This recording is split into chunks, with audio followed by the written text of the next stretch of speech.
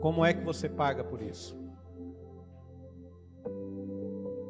Como é que você vai pagar pelo seu pecado diante de Deus? Com oferta? Ajudando os necessitados? Sendo bonzinho, educado, amável?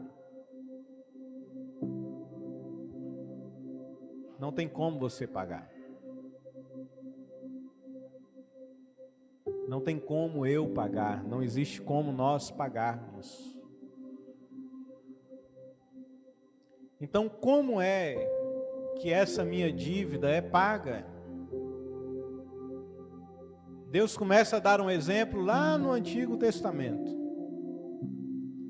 Que ele disse: vocês vão matar um cordeiro, vão sacrificar pelos pecados das tribos, uma vez por ano.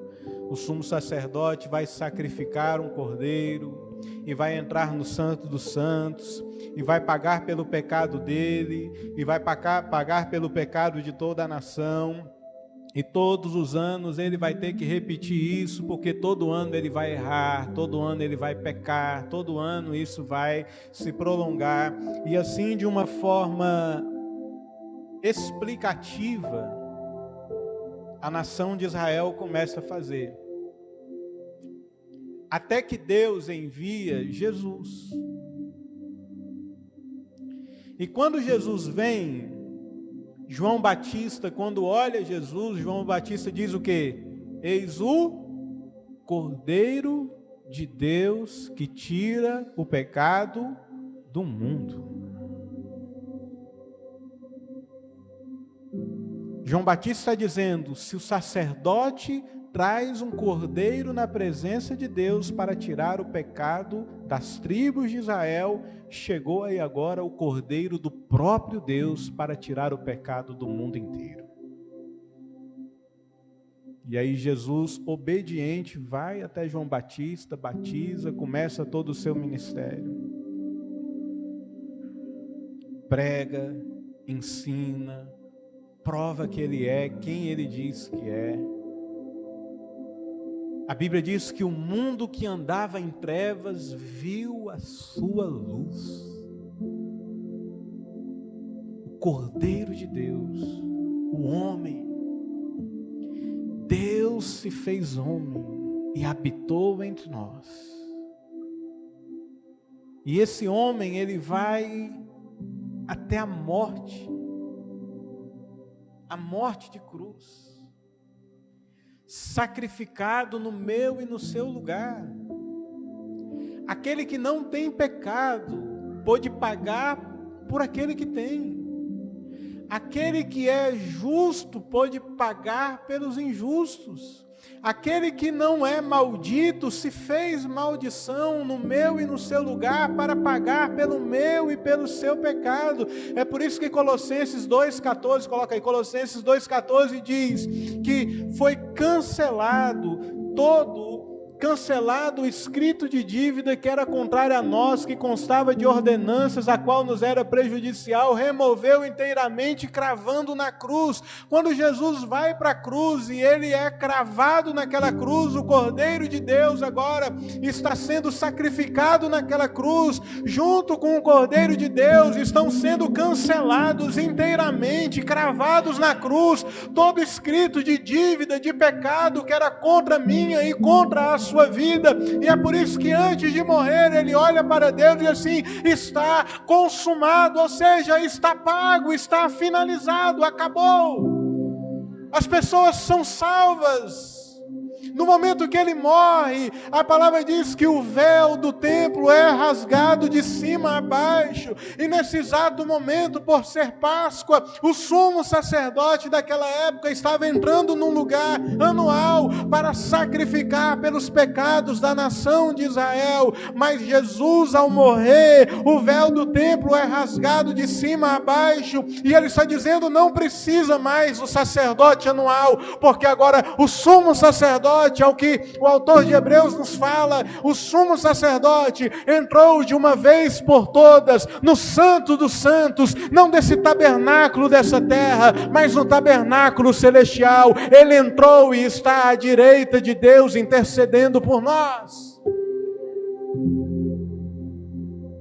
Se eu estou na grande multidão, eu preciso reconhecer: eu tenho pecados, eu sou pecador.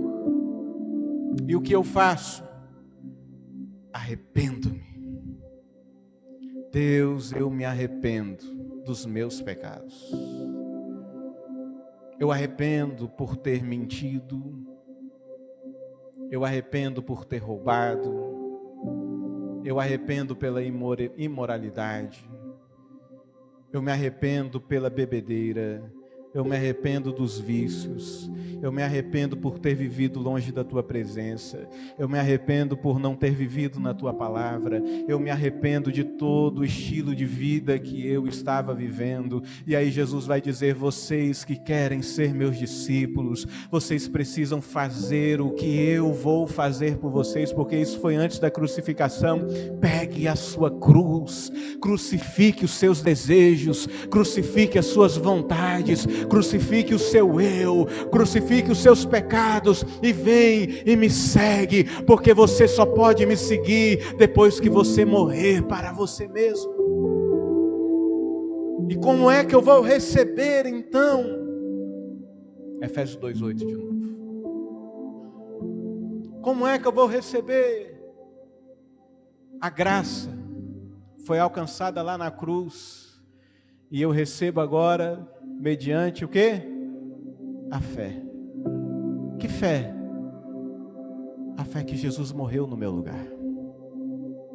A fé que Jesus é o Messias. A fé de que os meus pecados estão perdoados. A fé que o véu do templo foi rasgado e eu tenho acesso à presença de Deus. A fé de que eu sou justificado através do sacrifício de Jesus. A fé de que esse Jesus que é pregado na Bíblia, ele é o Messias, ele é o Salvador do mundo. A viver pela fé de que agora em diante eu vivo para servi-lo. Eu vivo para adorá-lo, eu vivo para viver para Ele. E isso tudo que acontece não vem de vocês. É dom. A palavra dom é presente. É um presente que Deus está te dando. Não é de vocês, versículo 9. Não de obras, para que ninguém se glorie. Não é o que você faz, é o que Ele fez. Porque Deus amou o mundo de tal maneira que deu o seu único Filho, para que todo aquele que nele crê não morra, mas tenha a vida eterna. O propósito de Deus para a tua vida é que você tenha a vida eterna. E deixa eu te falar uma coisa: Jesus está voltando. Jesus vai voltar para buscar a igreja. Jesus vai voltar para buscar a sua noiva. E nós precisamos estar preparados.